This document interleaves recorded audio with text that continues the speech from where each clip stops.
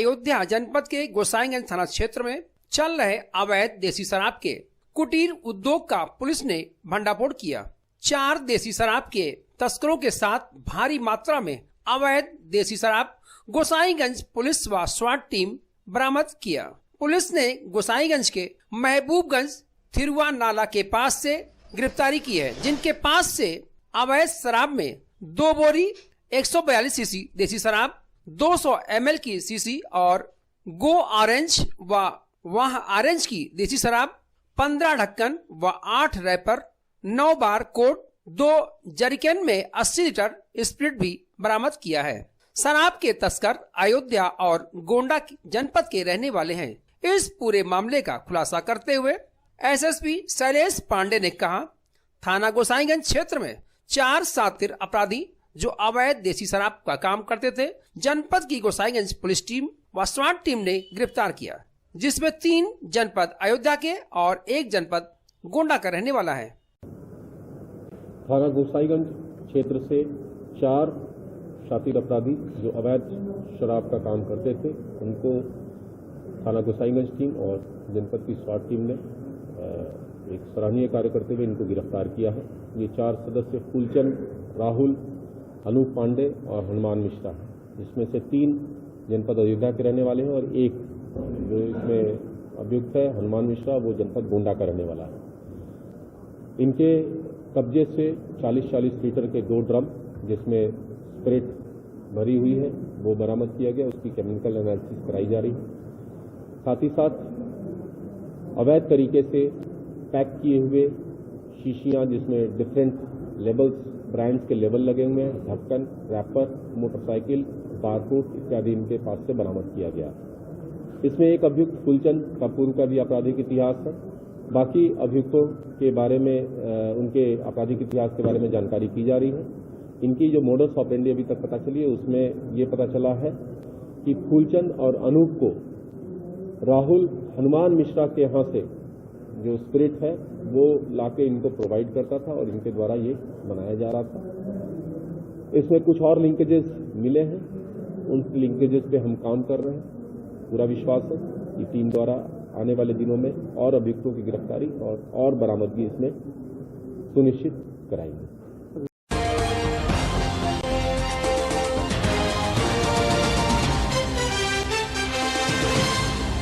अयोध्या जनपद के ईसापुर महबूबगंज में स्थित साईं हॉस्पिटल का उद्घाटन एसपी ग्रामीण शैलेंद्र कुमार सिंह द्वारा समारोह पूर्वक फीता काटकर किया गया।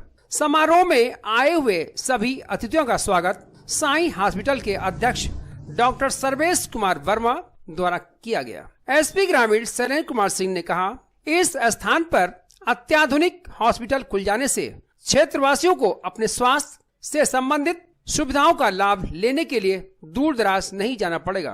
साईं हॉस्पिटल के अध्यक्ष डॉक्टर सर्वेश वर्मा ने कहा, इस हॉस्पिटल में सभी प्रकार के अत्याधुनिक सुविधाओं के साथ अनुभवी डॉक्टरों की देखरेख में 24 घंटे मरीजों की सेवा में हॉस्पिटल हाउस समस्त स्टाफ उपलब्ध रहेंगे।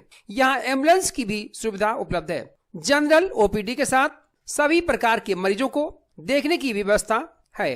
उद्घाटन अवसर पर साईं हॉस्पिटल के सचिव doctor Mangala Verma, doctor Shashank Verma, doctor Kritika Shashank, doctor Rohit Yadav, doctor R K Yadav, doctor Arun Patel, doctor Nripendra Narayan Singh के अलावा अन्य लोग मौजूद रहे। ये हॉस्पिटल साईं हॉस्पिटल है और यहाँ ईसापुर महबूबगंज अयोध्या में आज इनॉग्रेशन हुआ है इस हॉस्पिटल का। इस हॉस्पिटल का एक सेकंड रोल बना लेता हूँ। जी वर्मा जी बताएं। इस हॉस्पिटल का उद्घाटन एसपी आर्य साहब श्री शैलेंद्र कुमार सिंह जी ने, डिप्टी रजिस्ट्रार और विश्वविद्यालय श्री विनय कुमार सिंह जी, सीएफओ अयोध्या राजकिशोर राय जी ने किया और कब क्षेत्र के काफ़ी गणमान्य व्यक्ति यहाँ उपस्थित रहे, सभी ने आशीर्वाद दिया। इस परिसर में पहले से ही फार्मेसी कॉलेज संचालित है, ये हॉस्पिटल संचालित किया जा रहा है। इसके बाद एएनएम यूएनएम का कैंपस तैयार हो रहा है, जल्दी वो भी शुरू कर दिया है। हॉस्पिटल में क्या क्या सुविधा देंगे? हॉस्पिटल में लगभग सारी सुविधाएँ उपलब्ध हैं, जैसे ओपीडी की, इंडोर पेशेंट की, आईसीयू की सारी सुविधाएँ उपलब्ध हैं और अच्छे अच्छे डॉक्टरों से यहाँ इलाज कराने की व्यवस्था की जा रही है। इस क्षेत्रवासियों से क्या कहना चाहेंगे हम कोविड लोग को लेकर? क्षेत्रवासियों से ये कहना चाहेंगे कि हम लोगों के हॉस्पिटल को सपोर्ट करें।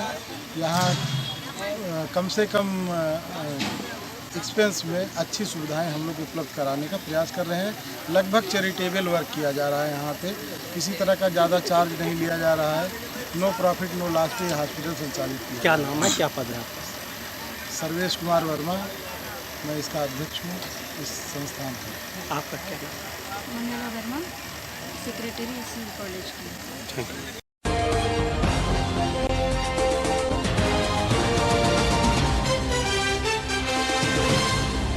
राष्ट्रीय नेतृत्व के आह्वान पर भारतीय किसान यूनियन राजनीतिक महिला विंग की जिलाध्यक्ष सुमन पांडे के नेतृत्व में सैकड़ों कार्यकर्ताओं ने मोमबत्ती तिगुनिया पार से जलाकर पैदल मार्च करते हुए नगर पालिका के शहीद स्मारक तक पहुंच करके वहां 5 मिनट का मौन लखीमपुर खीरी में शहीद किसानों को श्रद्धांजलि अर्पित किया गया।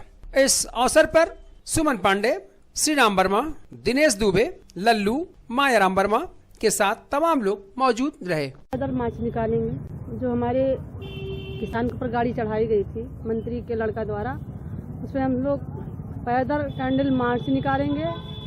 तिकोनिया पार्क से वहाँ तक नगर पालिका जो शहीद स्मारक है वहाँ तक जाएंगे। वहाँ हम लोग खड़े होकर वहाँ माला अर्पण करेंगे। कुछ 2 मिनट के लिए हम लोग शोक सभा मनाएंगे। इसके बाद हम यहाँ ये बताना चाहते हैं अपने ज़िले की बात। हो सकता है आने वाले समय में यहाँ भी वो षड्यंत्र रचाया जा रहा है किसान के साथ में कि वहाँ का तरीका यहाँ भी किसान मारे जाएंगे, वो पुलिस द्वारा मारा जाएगा। इनके विधायक के सांसद के जो एक चमचा है, अभी आपको ताजी बात बता रहे हैं, विधायक का एक चमचा जी है सांसद जी का। पूरा कलंदर का मैटर है, सिर्फ गाली गुप्ता हुई है बात बात में। पूरा कलंदर का मैटर है। हो लगता है कि ये सांसद का चमचा यहाँ भी वही नौटंकी करेगा, किसान के ऊपर गाड़ी चलवाएगी। 376 लगवा रहा है, कह रहा है किसान को हम कुछ नहीं समझते हैं। और वहाँ का पुलिस कह रहा है ये सरकार जो कहेगी वही होगा, किसान की सुनवाई नहीं होगी। तो हम निवेदन करते हैं यहाँ का प्रशासन से, यहाँ का डीएम से, कप्तान से कि फैजाबाद को खून में न रंगे, और अगर रंगेगा तो फैजाबाद माना जाना है अयोध्या का किसान, यहाँ का खून का धारा फिर बहेगी। हम निवेदन कर रहे हैं कि अपने पुलिस विभाग को समझा लें, वहाँ का तरीका यहाँ किसान के साथ में अत्याचार पुलिस द्वारा या यहाँ के विधायक के चमचे द्वारा या सांसद के चमचे द्वारा न किया जाए। हम उनसे निवेदन कर रहे हैं समझा ले। अगर मेरा किसान कहीं गलत है तो उनको भी डांटा डपटा जाए, अगर पब्लिक गलत है उनको भी डांटा डपटा जाए। ये नहीं है कि नेता बल पे किसान को पीसा जाएगा, मारा जाएगा। अभी हमारे यहाँ एक संजीत नाम का यादव जी लड़का है कि हमारे संगठन में बहुत दिन से जुड़ा हुआ है, उसके दरवाजे पे सांसद का चमचा जाके बहन बेटी को गाली दिया है, और देने के बाद खाली गाली गुप्ता दोनों से हुआ है और कहा है कि मैं 376 लगवा दूंगा। थाने में एक सुमन नाम की मैडम है, इसी पार्टी में है, विधायक की जी सांसद जी के साथ में, वो थाने में ही लपोटा उठा ली थी मारने के लिए इसके ऊपर, लड़के के ऊपर, हमारे किसान के ऊपर। वहाँ का प्रशासन अभी तक नहीं बोला और हमारे किसान को ऊपर दबाव बना रहा है कि 376 लगवा देंगे, 307 लगवा देंगे। हम ही निवेदन कर रहे हैं कि हमारी वीडियो जहाँ तक जाए, इससे हर यहाँ का किसान पूछे कि गाली और गुप्ता में कौन सा 376 लगती है और 307 कहाँ लगेगी, यही हम पूछना चाहते हैं। और इसके बाद हम कोशिश भी करेंगे डीएम और कप्तान से मिलने के लिए और सांसद जी से, ऐसा कुछ न करे कि खून यहाँ भी छीट पड़े। पांडे, भारतीय किसान यूनियन महिला जिलाध्यक्ष। ये जुलूस नहीं है। आज लखीमपुर खीरी में जो प्रशासन के मंत्री के बेटे द्वारा या अन्य लोगों द्वारा जो हत्या की गई है किसानों की, हम उन किसानों की श्रद्धांजलि दिवस के रूप में हम सभी कार्यकर्ताओं के साथ, पदाधिकारियों के साथ मोमबत्ती जला करके आज उनको श्रद्धांजलि अर्पित करना चाह रहे हैं। इसी कड़ी में यहाँ हम लोग एकत्रित हुए हैं। यहाँ से हम लोग जो है शांति मार्च निकालते हुए, मोमबत्ती जलाते हुए वहाँ नगर पालिका के सामने जो शहीद स्मारक है वहाँ हम लोग पहुँचेंगे और वहाँ जो है श्रद्धासुमन अर्पित करते हुए जो है श्रद्धांजलि अर्पित करेंगे और उन शहीदों की आत्माओं के शांति के लिए 5 मिनट का मौन करेंगे। और इसके बाद प्रशासन और शासन को चेतावनी दी जा रही है। अयोध्या जनपद के संगठन द्वारा, भारतीय किसान यूनियन पिकेट इकाई महिला द्वारा और अन्य जो हमारे कार्यकर्ता किसान हैं इनके द्वारा चेतावनी दी जा रही है कि हमारे किसानों की जो शहादत हुई है उनके हत्यारों को फांसी तक सजा देने तक ये आंदोलन जारी रहेगा आंदोलन का। और ये मंत्री पद से इस्तीफा नहीं दिए तो इसका रूप और विकराल होगा। जो राष्ट्रीय नेतृत्व का आदेश होगा, साक्षरता से अयोध्या जनपद में कड़ाई।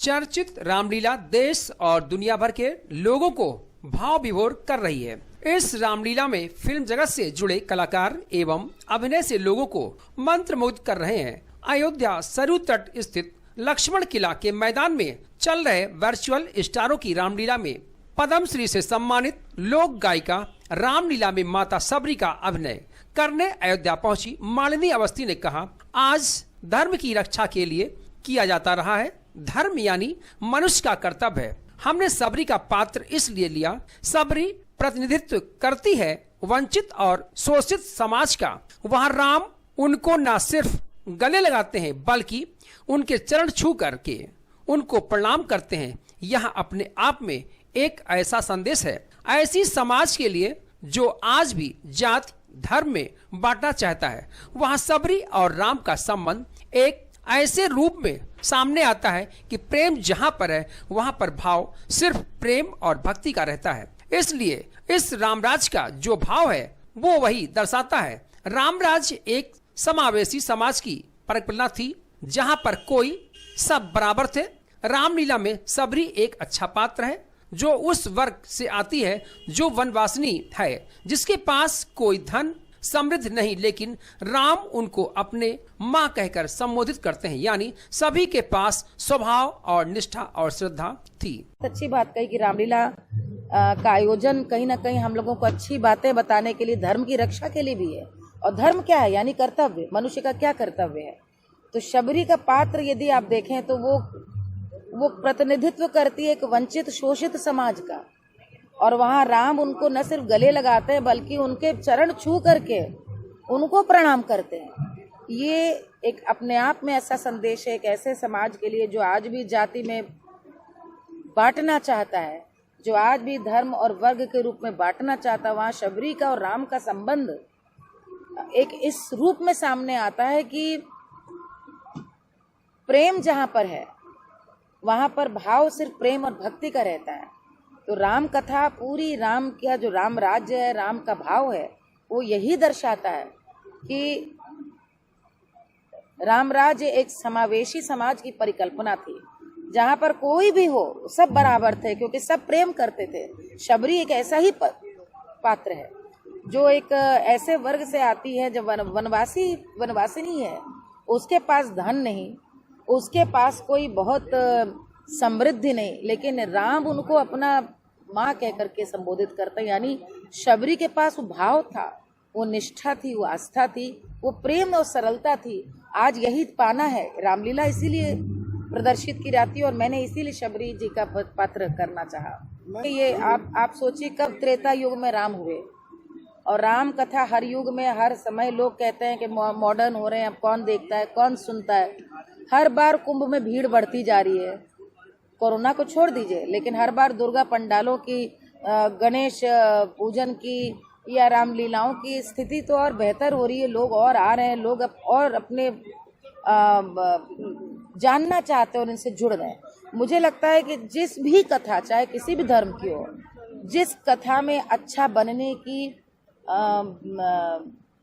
सीख हो, उसका मंचन हमेशा होता रहेगा। जनता हमेशा उसको बड़े चाव से देखेगी। राम कथा सबको पता है कि राम कथा में क्या होने वाला है। राम अपने माँ पिता के सम्मान की रक्षा के लिए वन को जाने वाले हैं। वहां पर उनको कष्ट मिलेगा, वहां पर रावण आएगा, हर के ले जाएगा, फिर हनुमान जी रक्षा, इस सबको ही कथा पता है। हम बार बार देखते हैं। क्यों? क्योंकि हमें वो देखना अच्छा लगता है। हम सीखते हैं कि कैसे कैकई जैसे मुंह में नहीं आना चाहिए। हम सीखते हैं कैसे रावण की तरह नारी का अपमान नहीं करना चाहिए। ये तो मन के विकार हैं और मन को विकार पर काबू पाना, यही तो जीवन को जीने के सबसे बड़ा मार्ग यही तो है कि हम अपने कमजोरियों पर वश पर हैं। और ऐसे में रामलीला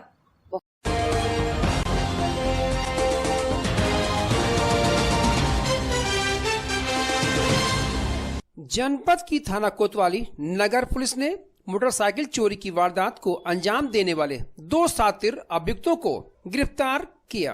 पुलिस ने अभियुक्तों की निशानदेही पर चोरी की गई 6 मोटरसाइकिलें बरामद की।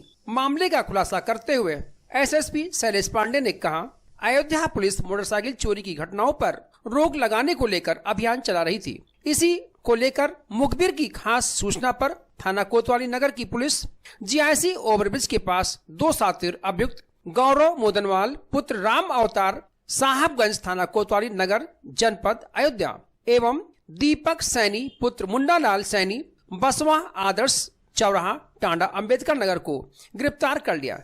एसएसपी ने बताया, अभियुक्तों की निशानदेही पर पुलिस ने चोरी की 6 मोटरसाइकिलें बरामद की हैं। पूछताछ के दौरान अभियुक्तों ने अपना जुर्म कबूल करते हुए कहा, मोटरसाइकिल चोरी की घटना को सुबह के समय कार्य करते थे, जिस समय पुलिस सक्रियता थोड़ा कम कर रही थी। अभियुक्तों ने कहा, शहर के विभिन्न स्थानों से हम मोटरसाइकिलें चुरा कर बेच देते थे और उससे जो पैसे मिलते थे उसी से अपना खर्च चलता था। उन्होंने कहा, सभी को गिरफ्तार किया गया है, जेल भेजा जा रहा है। कोतवाली पुलिस ने एसपी सिटी और एएसपी के क्लोज लीडरशिप और सर्वेक्षण में सराहनीय कार्य किया है, जिसमें 2 वाहन चोरों को गिरफ्तार किया है, जिनके कब्जे से 6 मोटरसाइकिलें बरामद हुई हैं। 4 मोटरसाइकिलें हमारे लोकल सिटी क्षेत्र में, जिसमें कोतवाली नगर और कैंट से कनेक्ट हुई हैं, जो चोरी की गई थी और इनको बरामद किया है। साथ ही साथ कुछ और भी इनसे पूछताछ में जानकारी मिली है। इसमें एक अपराधी, जैसा मैंने बताया कि कोतवाली नगर क्षेत्र का और एक थाना टांडा जनपद अंबेडकर नगर का रहने वाला। इस तरह से ये इंटर डिस्ट्रिक्ट व्हीकल लिफ्टर्स का गैंग है।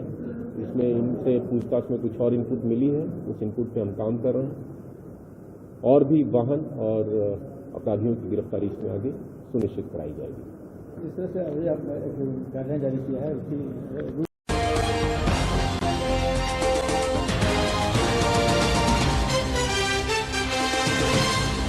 अयोध्या जनपद के शहादतगंज स्थित तोगपुर में श्री राजूदास शिक्षा मित्र की जिला कार्यकारिणी की बैठक जिला अध्यक्ष विकास सिंह की अध्यक्षता में आयोजित की गई। बैठक में मुख्य रूप से महायज्ञ को सफल बनाने के लिए विशेष चर्चा हुई। जिला महासचिव रत्नेश पांडे ने कहा, सभी ब्लॉक अध्यक्ष अपने ब्लॉकों में भ्रमण कर महायज्ञ को सफल बनाने के लिए सभी को जागरूक करें। इसी कड़ी में जिला प्रवक्ता राजेश तिवारी ने कहा, महायज्ञ को सफल बनाने के लिए भरपूर पूरा प्रयास किया जाएगा। इस बैठक में मुख्य रूप से जिला अध्यक्ष विकास सिंह, राजेश तिवारी, आशीष सिंह, आरती मौर्य, महिला प्रकोष्ठ अरविंद द्विवेदी, कमलजीत मान सिंह, आलोक बैस, ललिता सिंह, घनश्याम वर्मा, मोहित, सार्थक सोनी के साथ श्री राजूदास शिक्षा मित्र उत्थान मंच के तमाम पदाधिकारी एवं कार्यकर्ता मौजूद रहे। आज जो है श्री राजूदास शिक्षा मित्र उत्थान मंच अयोध्या की जिला कार्यकारिणी की आवश्यक बैठक बड़े भाई जिलाध्यक्ष महोदय के आवास पर आहूत की गई थी, जिसमें महायज्ञ को लेकर रूपरेखा बनाई गई कि किन किन आधार पर कैसे कैसे क्या क्या व्यवस्थाएं होनी है और सहयोग राशि समस्त ब्लॉक अध्यक्षों से अपेक्षित है कि अतिशीघ्र जिला कार्यकारिणी को उपलब्ध कराएं, जिससे सहयोग प्रदेश कार्यकारिणी को भी दिया जा सके और महायज्ञ को भाई सफल बनाने के लिए सबका सहयोग हो पूर्ण रूप से, इसीलिए आवश्यक बैठक बुलाई। क्या रूपरेखा तैयार हुई है? रूपरेखा ये तैयार हुई है कि दिनांक 16 तारीख से पहले प्रदेश कार्यकारिणी को जिला कार्यकारिणी के माध्यम से सहयोग राशि उपलब्ध करा दी जाए, स्थान सुनिश्चित हो जाए, यज्ञ का समय निर्धारण हो जाए और विभिन्न पहलुओं पर चर्चा की गई। चर्चा पर चर्चा इस समय वही चल ही रहा है और बैठक मेन रूप से प्रमुख रूप से मुद्दा यही रहा कि सहयोग राशि ब्लॉक अध्यक्ष के माध्यम से उपलब्ध हो सके, जिला कार्यकारिणी अपना दायित्व अच्छे से निर्वहन कर सके। क्या नाम है, क्या पद है आप? जी, मेरा नाम रत्नेश कुमार पांडे, मैं महासचिव हूँ श्री राजूदास शिक्षा मित्र उत्थान मंच अयोध्या। हम लोगों की समस्याएं विगत 4.5 वर्षों से हैं और जब से हमारे लोगों का समायोजन माननीय सुप्रीम कोर्ट से रद्द हुआ तब से हम विभिन्न माध्यमों से अपनी प्रदेश सरकार से अपनी मांगों को, अपने हित को सुरक्षित एवं संरक्षित करने के लिए मांग कर रहे हैं। इस बीच समायोजन निरस्तीकरण को लेकर हमारे तमाम साथी हमारे बीच से चले गए।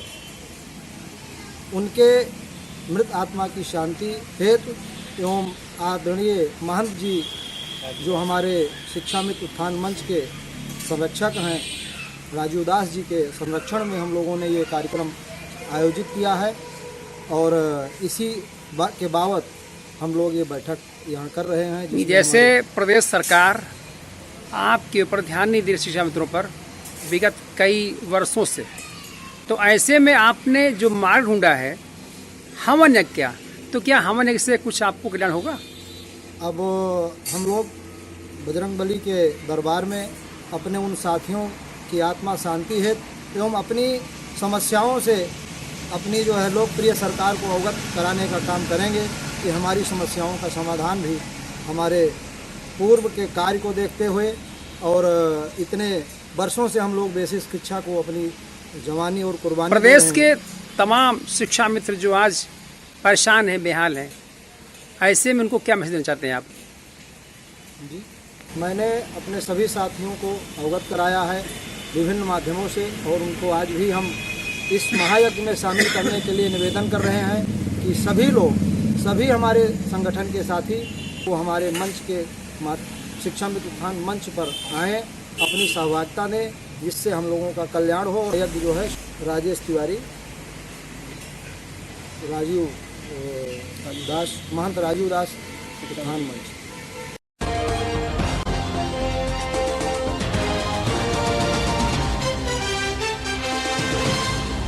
लखनऊ राष्ट्रीय राजमार्ग के बनवीरपुर क्षेत्र में स्थित अशोक लीलैंड एलसीबी के डीलरशिप आर्यन मोटर्स शोरूम का उद्घाटन न्यू इंडिया कंपनी के पूर्व डिविजनल मैनेजर एस पांडे द्वारा समारोह पूर्वक फीता काट कर किया गया। उद्घाटन अवसर पर अतिथियों का स्वागत शोरूम के प्रोप्राइटर आशीष सूद द्वारा किया गया। इस संबंध में विशेष जानकारी देते हुए Ashok Leyland dealership Aryan motor showroom के प्रोप्राइटर आशीष सूद ने कहा, शोरूम में अशोक लीलैंड कंपनी द्वारा निर्मित लाइट कमर्शियल व्हीकल्स गाड़ियां ग्राहकों को उपलब्ध कराई जाएंगी और यहां सेल्स के साथ ही सर्विस की भी सुविधा उपलब्ध रहेगी। कंपनी द्वारा निर्मित 4 नए प्रकार के मॉडल की गाड़ियां इस शोरूम में उपलब्ध हैं। शोरूम में ग्राहकों के लिए गाड़ियां खरीदने पर फाइनेंस की सुविधा के साथ ही रजिस्ट्रेशन में सभी प्रकार की सुविधाएं रहेंगी। शोरूम में गाड़ियों के स्पेयर पार्ट भी उपलब्ध हैं। उद्घाटन अवसर पर अशोक लीलैंड कंपनी के regional manager sales Sumit Kapoor, sales service manager Vignesh, Amit motor के अमित दई, शोरूम के service head S B Tiwari, sales head Navneet Srivastava के अलावा विभिन्न फाइनेंस कंपनियां और बीमा कंपनियों के अधिकारी और कर्मचारी मौजूद रहे। और मिनी वैन्स भी अवेलेबल है पैसेंजर की।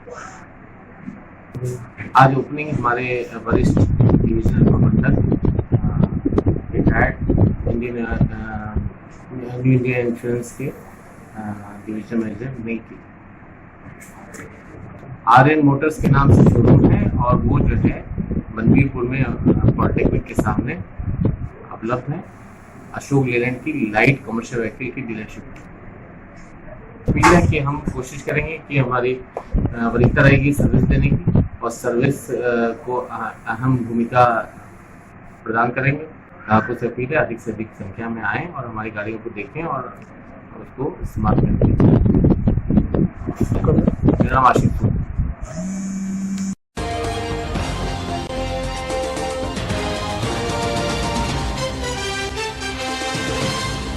राम की नगरी पहुंचे विभांशु वैभव, नाटककार, अभिनेता, टीवी सीरियल कलाकार व कायस विकास संस्थान के जिलाध्यक्ष अरुण श्रीवास्तव, महामंत्री संयोजक प्रतीक श्रीवास्तव, उपाध्यक्ष राजेश श्रीवास्तव, सुबोध श्रीवास्तव, चंद्रमोहन श्रीवास्तव, जयप्रकाश श्रीवास्तव के साथ दर्जनों की संख्या में कायस्थजनों ने विभांशु वैभव को माला बुके भेंट कर स्वागत किया। प्रतीक श्रीवास्तव ने विभांशु वैभव को कायस्थ गौरव सम्मान देकर सम्मानित करने का कार्य किया।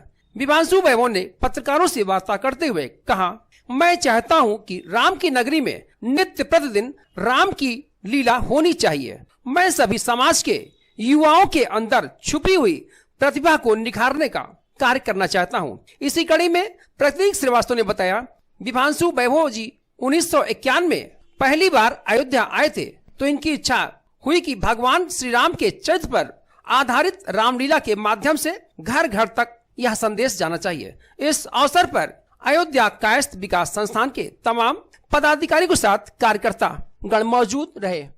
आने का उद्देश्य यही है कि जैसे राम जन्मभूमि को लेकर इस तरह की विचारधारा बन रही है कि 24 में बन जाएगा तो बहुत बड़ा तीर्थ स्थान पहले से था और उसकी सहभागिता बढ़ेगी और लोग यहाँ पे आएंगे, लेकिन सिर्फ वहीं तक बात खत्म नहीं होनी चाहिए। स्थानीय जो और हमारे संस्कार हैं और जो हमारी संस्कृति है उसका भी कुछ उत्थान होना चाहिए। जो स्थानीय कलाकार हैं या हमारी फोक टेल्स हैं या लोक शैलियाँ हैं उनको लेकर कुछ हम ऐसा यहाँ पे एक स्थापित करें कि जो एक मतलब कहते हैं ना कि कल्चरल हेरिटेज बनाया जाता है। लोग जैसे उस तरह से संचेतन में रहते हैं लोग, यहाँ नहीं है।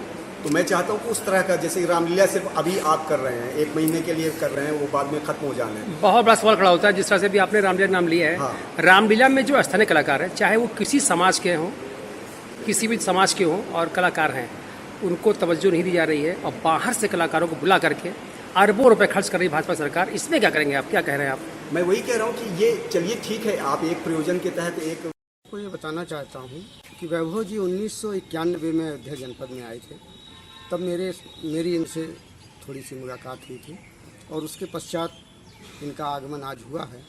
और ये वैभव जी अयोध्या में टीवी सीरियल और हिंदी एवं भोजपुरी सिनेमा की क्या संभावनाएं हैं, रामायण के प्रसंगों को कैसे हम जन जन तक घर में पहुंचा सकते हैं, वर्तमान परिदृश्य में प्रत्येक घर में रामायण को, रामचरितमानस को, उनके पात्रों के किरदारों को आत्मसात करने की कैसी आवश्यकता है, ऐसे विषयों पर विभांशु वैभव जी अयोध्या में आए हुए हैं। और मेरा ये सौभाग्य रहा कि मेरा इनसे मुलाकात हुआ और मैंने इनके व्यस्त कार्यक्रम में, क्योंकि इनका प्रमुख जो कार्यक्रम है वो श्री यतीन मिश्र जी युवा साहित्यकार राज परिवार सदन के साथ इनका कार्यक्रम का वो था, मीटिंग इनकी पहले से थी। लेकिन जब मुझे ये जानकारी हुई कि वो आ रहे हैं तो मैंने इनको अपने सभी भाइयों के साथ बैठा करके इनके अंदर की जो छुपी प्रतिभाएं हैं वो कैसे विकसित होकर के कैसे राष्ट्र के काम आवें, कैसे हम समाज में अपनी महत्वपूर्ण भूमिका पा सकते हैं, इन्हीं विषयों को लेकर के आज हम लोगों ने वैभव जी को यहाँ पर बुलाया और आप लोग के बीच उनका प्रस्तुतिकरण विषय। क्या नाम है, क्या पद? मैं प्रतीक श्रीवास्तव, संयोजक और महामंत्री अयोध्या कायस्थ विकास संस्थान। उसके तहत हमने वैभव जी का सम्मान किया क्योंकि कायस्थ विभूति होने के कारण इनका जो यहाँ पे कुछ करना चाहते हैं, 2 घंटे की रामलीला ये स्टार्ट करना चाहते हैं, तो उसमें यहाँ पे जो कायस्थ बच्चे जिन परिवारों से कुछ एक्टिंग का इंटरेस्ट है या कुछ नाटक में इंटरेस्ट है, उनके लिए कुछ जगह बने। हमारा सोचना ये है कि बच्चों में प्रतिभा तो होती है लेकिन हम उसे निखार नहीं पाते क्योंकि कोई प्लेटफॉर्म नहीं है। इसलिए जब हमें पता लगा कि वैभव जी यहाँ आ रहे हैं तो हमने उनका सम्मान करने का डिसाइड किया। क्या मैसेज देना चाहते हैं आप? मैसेज यही देना चाहता हूँ कि सवाल कुछ भी हो, कायस्थ एक नहीं होते, कायस्थ एक दूसरे को सपोर्ट नहीं करते, लेकिन जिसे ज़रूरत है उसको अभी आगे आना पड़ेगा और जो दे सकते हैं उनको भी एक कदम आगे आना पड़ेगा, तभी ये सिनोनिम्स बन सकता है। क्या परिचय है आपका? मैं अरुण श्रीवास्तव।